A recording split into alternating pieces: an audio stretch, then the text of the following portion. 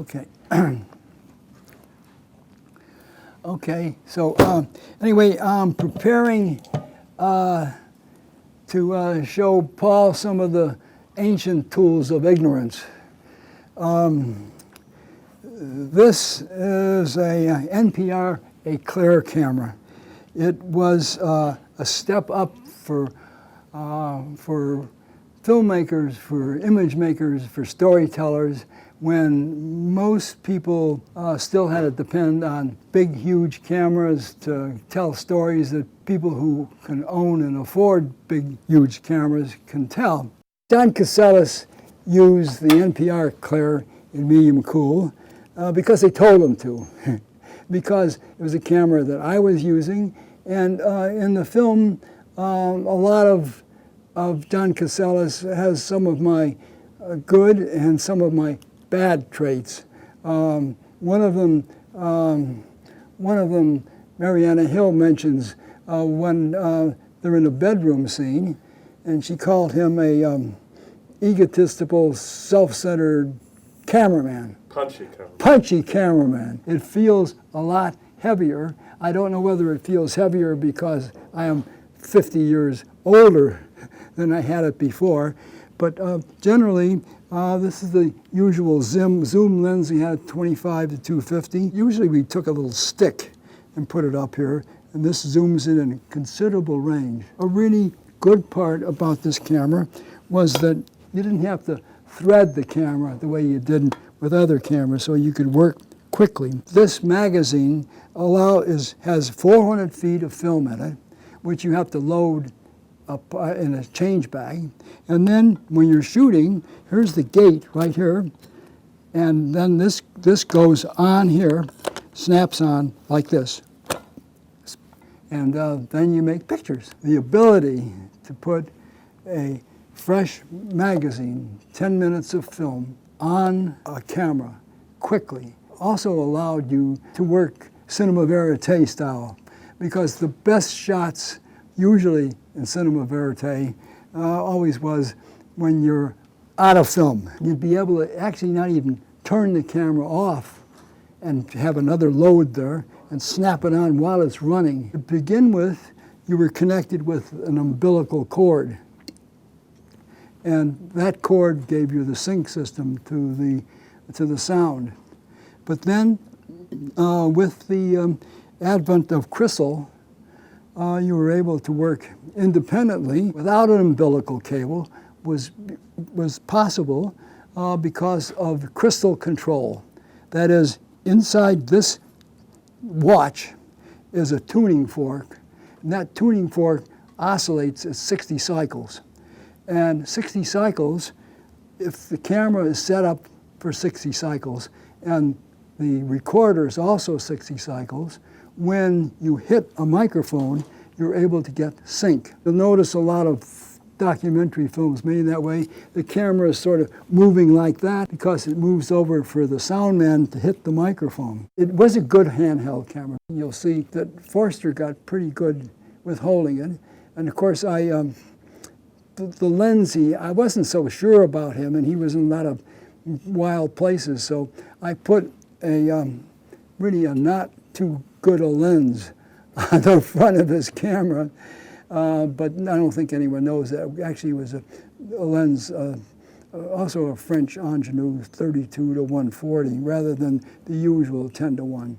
And actually, news people at that time didn't use that camera. That's a little adjustment that I made with reality. In '63, for example, when I shot The Bus, there weren't, as there is now, hundreds of cameras. Or even in '68, when we shot Medium Cool, cameras were usually on tripods. There weren't a lot of handheld cameras at all because they were not considered reliable and not the quality or what they were used to at the big networks. Amongst NPR owners and amongst just cinema verite people, the pleasure of having something that's small and portable and actually affordable. They weren't that expensive compared to other cameras.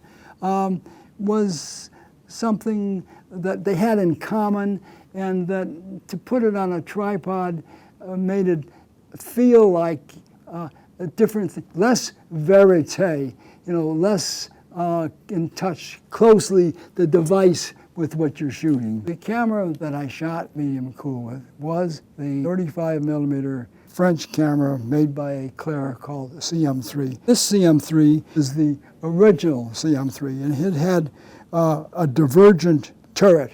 That means you put 3 lenses on it, and it go like this. And this was an unusual thing because of the angle of the divergent turret, the lenses did not interfere with each other. In other words, if you have a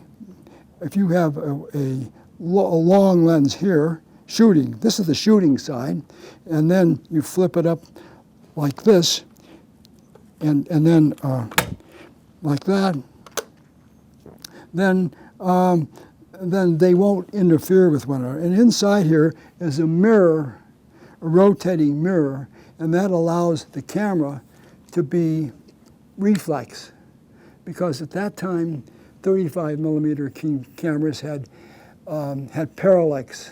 And just to be able to look through the lens while shooting was a big breakthrough. The gate on this thing is here, like that. And that, over time, we changed them in development. It's 2-frame pull down, so the images were pretty steady. And it also has the ability to. I'm gonna take another Eclair body out to show you this. This is the motor that runs it, and the film is inside here. This is sort of an adaptation that I made shortly on to allow for a PL mount. This allows you to use all the same lenses that are used on Aeroflex. This also is a lighter weight motor a guy in Switzerland made for this camera. The advantages of this camera over, say, the Mitchell or any other cameras is that it was reflex and it could be used handheld. Normally, 400-foot magazine like this would snap on to the CM3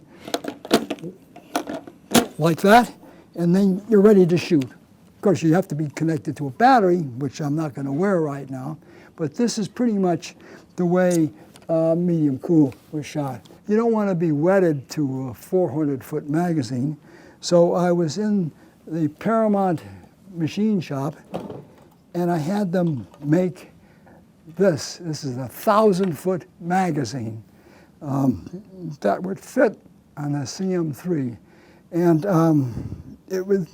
these two here are the only one existing in the world, and the machine shop guys at Paramount, they thought of me as kind of weird, but I guess they were interested in me, so they really put their minds to doing this. The one side, this hasn't been opened up in 45 years, so the one side, this is opening up a coaxial 1,000-foot magazine for the CM3. So the film would go in here, and you see there's padding in here to keep the sound down as well, and then the film would go out through here and out for the front right here, and this gets snapped on to the front of the CM3. The attributes of this camera compared to the Aeroflex, which was also portable, handheld, it was the German combat camera. My first Aeroflex was Victor Solo, a cameraman in New York, got this camera, his Aeroflex, off a dead German. And I bought it from him on a troop ship that I was a sailor on going back from Europe. So that was the Aeroflex. The Aeroflex was a good camera, but it was not as good as the CM3.